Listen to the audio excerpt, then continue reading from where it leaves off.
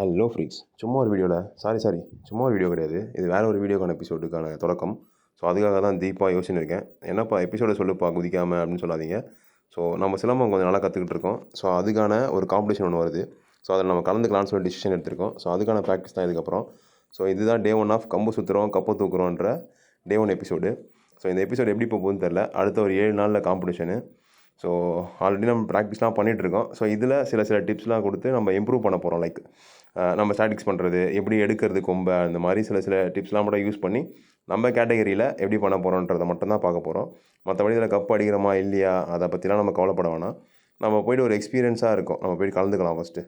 So அப்படின்னு சொல்லிட்டு சிலம்ப பயிற்சியை ஃபுல்லாகவே முடிச்சுட்டு அப்படியே ஒரு நான் ஸ்டாப் புஷ்அப்ஸ் ஒன்று பண்ணியாச்சு. ஸோ நான் ஸ்டாப் புஷ்அப்ஸ் வந்து நம்ம சிலம்பம் பயிற்சி பண்ணுறதுனால ஸ்டெமினா இன்க்ரீஸ் ஆகும். நான் ஸ்டாப் புஷ்அப்ஸ் இந்த மாதிரி ஸ்ட்ரென்த்தன் ஒர்க் அவுட்லாம் நமக்கு தேவைப்படுது. ஸோ அதனால் அந்த ஒர்க் அவுட்லாம் முடிச்சுட்டு உங்களுக்கு ஒரு கருத்து ஊசியும் போட்டுடலாம் அப்படின்னு சொல்லிட்டு யோசிச்சுருந்தேன். ஸோ என்னடா கருத்து ஊசி போடுறது அப்படின்னு சொல்லி யோசிச்சுக்கும் போது தான் சரியான மழை காட்டுன்னு காட்டுச்சு போல். ஸோ அதனால் தண்ணியை வச்சே ஒரு கருத்து ஊசி போட்டுடலாம் அப்படின்னு சொல்லிட்டு யோசித்தேன். எதுக்காக தண்ணி நம்மளுக்கு முக்கியம் அப்படின்னு நினச்சிங்கன்னு வச்சுக்கோங்களேன்.